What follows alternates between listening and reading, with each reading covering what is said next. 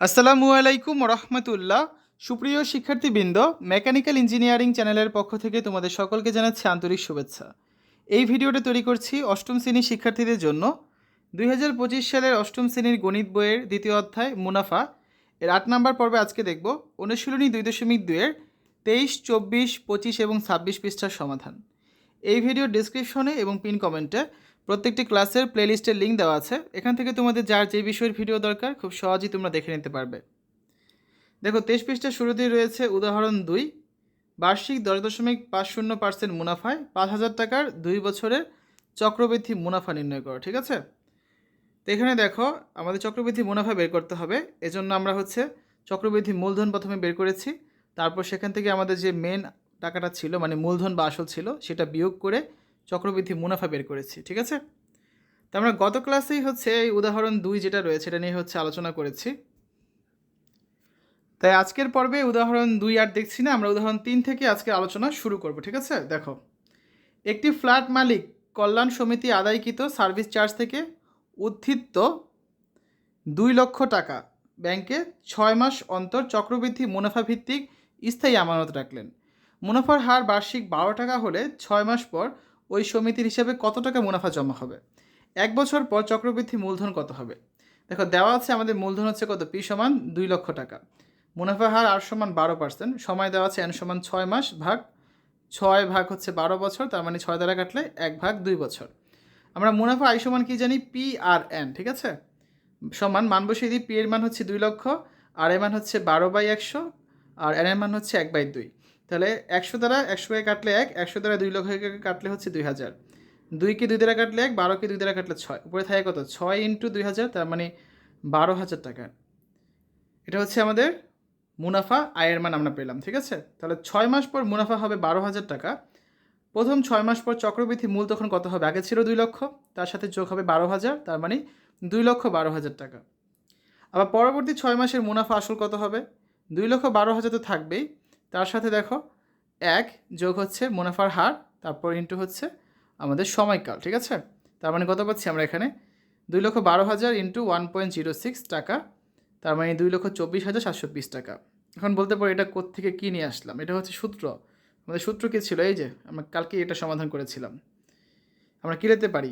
P into 1 যোগ আর square. এটা আমরা এই যে সি এর মান হিসেবে বের করতে পারি চক্রবৃদ্ধি মূলধন থেকে, আমরা এটা লিখতে পারি। ঠিক আছে, এছাড়া এর আগের ক্লাসে আমরা প্রথম মাসে কত হবে, দ্বিতীয় মাসে কত হবে, এই সূত্র দিয়ে আমরা কিন্তু কাজ করেছিলাম। তো সেগুলো ব্যবহার করে এখানে আমরা এই মানটা পেলাম যে আমাদের প্রথম 6 মাস পর চক্রবৃদ্ধি মূল হলো এত টাকা, আর প্রথম 6 মাসের মুনাফা আসল এত টাকা। তাহলে প্রথম বছর পর চক্রবৃদ্ধি মূলধন কত হবে? 2,24,720 টাকা। উদাহরণ 4, কোনো শহরে বর্তমান জনসংখ্যা 80 লক্ষ।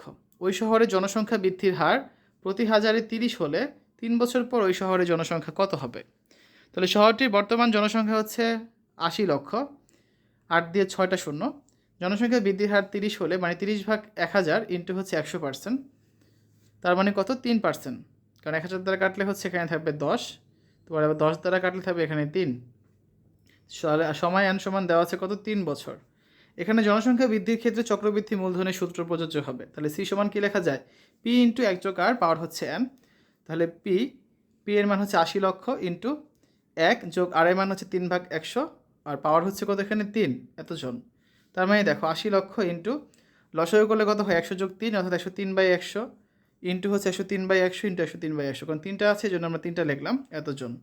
তো কাটাকাটি যাবে, দেখো কাটাকাটি করলে এই শূন্য আছে কটা এখানে? 6টা, এই 6টা শূন্য কেটে দিলাম, থাকবে কত এখানে? শুধু 8 থাকবে। ঠিক আছে, বাকি থাকবে আরও 3টা 103। সব গুণ করে আমরা পাচ্ছি 87,41,616 জন। তাহলে 3 বছর পর ওই শহরটির জনসংখ্যা হবে 87,41,616 জন, 816 জন। উদাহরণ 5, মনোয়ারা বেগম তার পারিবারিক প্রয়োজনে 6% হারে এক্স টাকা এবং 4% হারে ওয়াই টাকা ঋণ নিল। সে মোট 56,000 টাকা ঋণ নিল এবং বছর শেষে 2,840 টাকা মুনাফা শোধ করলো। ক নাম্বার, সম্পূর্ণ ঋণের উপর 5% মুনাফা প্রযোজ্য হলে বার্ষিক মুনাফা কত?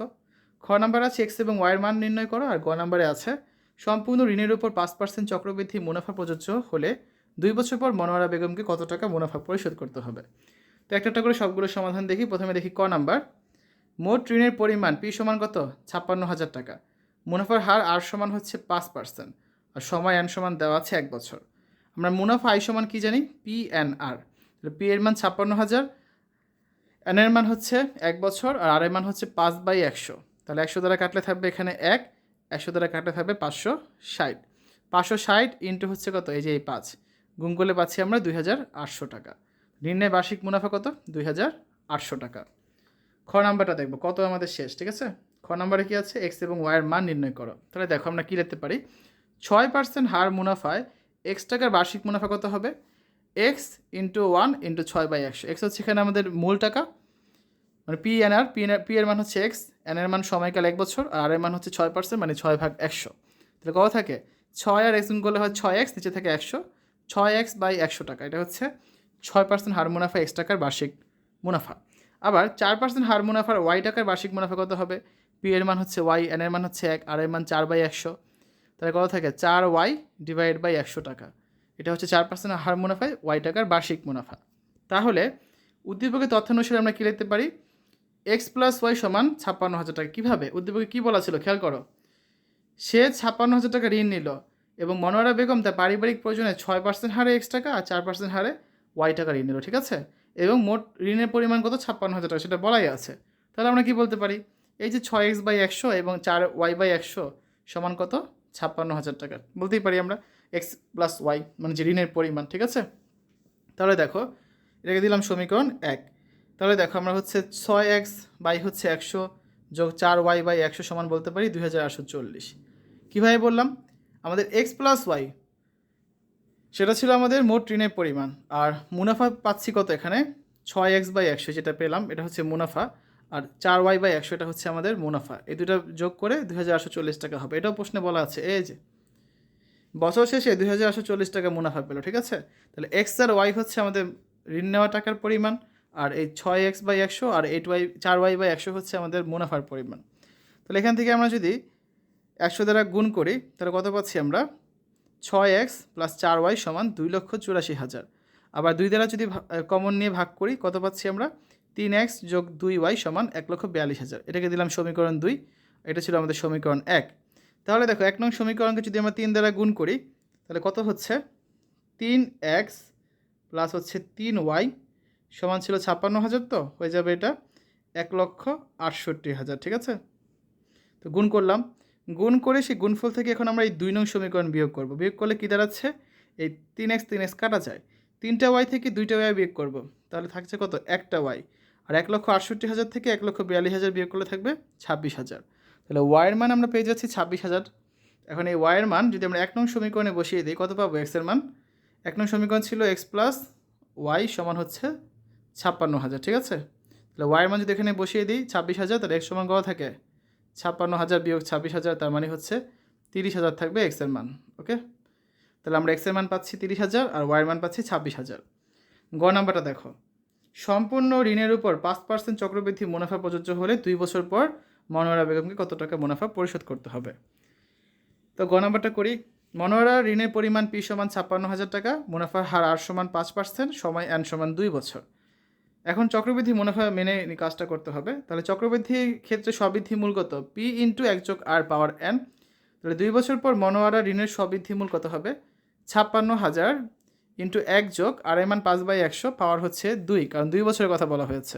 তাহলে 56,000 ইন্টু কত লেখা যায়, 1 যোগ 5/100 মানে হচ্ছে 0.05, পাওয়ার হচ্ছে 2। 56,000 ইন্টু 1 আর 0.05 যোগ করলে হচ্ছে 1.05, পাওয়ার হচ্ছে 2। তাহলে কত হচ্ছে, ক্যালকুলেশন করে 61,740 টাকা। তাহলে মনোয়ারা মুনাফা পরিশোধ করবেন কত, তার মূলধন ছিল 56,000 টাকা ঋণের পরিমাণ, আর তিনি মোট দিবেন হচ্ছে 61,740 টাকা। তাহলে বিয়োগ করলে আমরা মুনাফাটা পেয়ে যাব, মুনাফা হচ্ছে 5,740 টাকা, ঠিক আছে। তো এটাই হচ্ছে অ্যান্সার। শিক্ষার্থীরা আগামী ক্লাসে আমরা হচ্ছে অনুশীলনী 2.2 নিয়ে আলোচনা করব। প্রথমে কিছু নৈবেদিক প্রশ্ন থাকবে, আমরা এই নৈবেদিক প্রশ্নের সমাধানগুলো করব। তারপরে নৈবেদিক প্রশ্নগুলো শেষ হয়ে গেলে আমরা হচ্ছে এখান থেকে আমাদের যে শর্ট প্রশ্ন বা কিছু রচনামূলক প্রশ্ন থাকবে এগুলো দেখব, এবং অনুশীলনী শেষে হচ্ছে সৃজনশীল প্রশ্ন রয়েছে সেগুলোর সমাধানও আমরা তোমাদের করে দেব, ঠিক আছে। শিক্ষার্থীরা এতক্ষণ তোমরা দেখলে 2025 সালের গণিত বইয়ের দ্বিতীয় অধ্যায় মুনাফা এর অনুশীলনী 2.2-এর 23 থেকে 26 পৃষ্ঠার আলোচনা। আশা করি তোমাদের কাছে এই ভিডিওটা ভালো লেগেছে। আমাদের চ্যানেলের অন্যান্য ভিডিওগুলো দেখার আমন্ত্রণ জানিয়ে আজ এখানে বিদায় নিচ্ছি। আল্লাহ হাফেজ।